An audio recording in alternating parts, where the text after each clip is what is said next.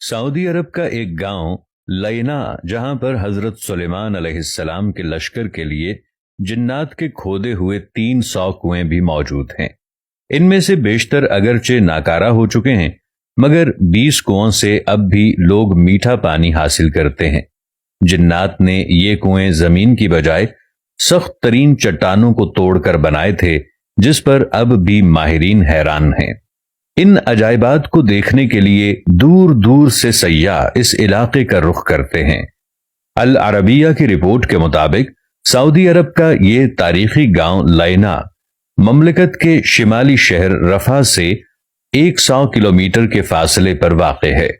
ये कदीम इलाका स्ट्रेटेजिक अहमियत के साथ मुताद्दिद आसार कदीमा की वजह से मुल्क भर में शोहरत रखता है। यहाँ एक कदीम कला भी है। पुराने जमाने में बैतुल मक़दिस और यमन के माबैन पैदल सफर का मशहूर रास्ता इसी गांव से गुजरता था। अदन से इराक जाने वाली मक्का जुबैदा की बनाई हुई मशहूर सड़क दुर्बे जुबैदा भी यहां से होकर जाती थी।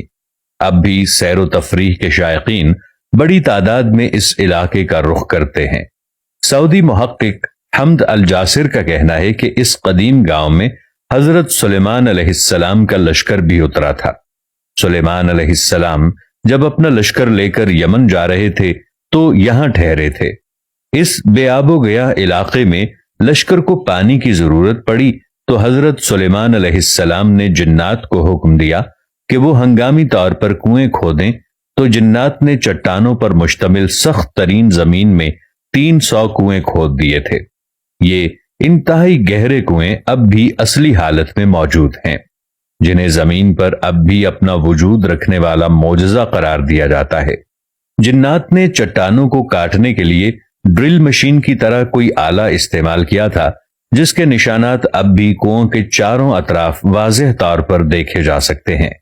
माहिरीन इस पर तहकीक कर रहे हैं कि जिन्नात ने आखिर किस तरह इन सख्त तरीन चट्टानों को 60 से 80 मीटर गहराई तक काट दिया था और उन्होंने कौन से इलाके की मदद से ऐसा काम किया था। अगरचे इन 300 में से इस वक्त सिर्फ 20 कुएं ही कारामद रह गए हैं, ताहम सारे कुओं के निशानात अब भी यहां मौजूद हैं। इन कुओं को देखने वाला हर शख्स हैरत ज़दा होकर रह जाता है।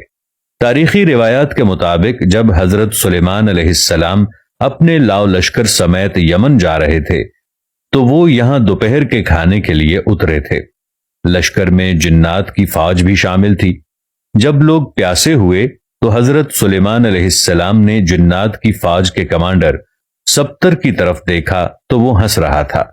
हजरत सुलेमान अलैहिस्सलाम ने उससे हंसने की वजह पूछी तो उसने कहा कि आप लोग प्यास से तड़प रहे हैं, मगर मीठा पानी आपके कदमों के नीचे ही है।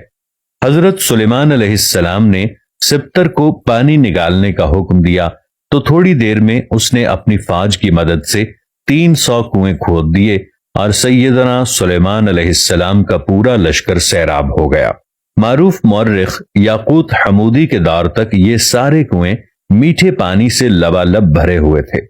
याकूत हमूदी ने अपनी किताब मौजमुल बल्दान में लिखा है कि लैना इराक के शहर वासिता से मक्का मुकर्रमा जाते हुए 7वीं मंजिल पर आता है। ये इलाका अपने मीठे पानी के कुओं की वजह से शोहरत रखता है। इन कुओं की वजह से ये इलाका बाद में एक तिजारती मरकज बन गया, जहां इराक और अरब के ताजिर मंडियां लगाते। नजद समेत सऊदी अरब के शिमाली इलाकों के लोग यहां आकर खरीदारी करते। ताजिर अपना सामान तिजारत यहीं अगले सीजन तक महफूज किए पहाड़ों पर बने बड़े बड़े गोदामों में रखते, जिन्हें सयाबैत कहा जाता था। ये गोदाम अब भी वहां मौजूद हैं। अलावा अज़ीं ये इलाका मुख्तलिफ आसार कदीमा की वजह से भी शोहरत रखता है। सऊदी हुकूमत ने यहां एक शाही कला भी तामीर कराया। 1354 हिजरी में तामीर होने वाले इस किले को गारे, पत्थरों और लकड़ियों से बनाया गया है। वाज़ेह रहे कि हजरत सुलेमान अलैहिस्सलाम को हक़ ताला ने जिन्नात पर भी हुकूमत दी थी।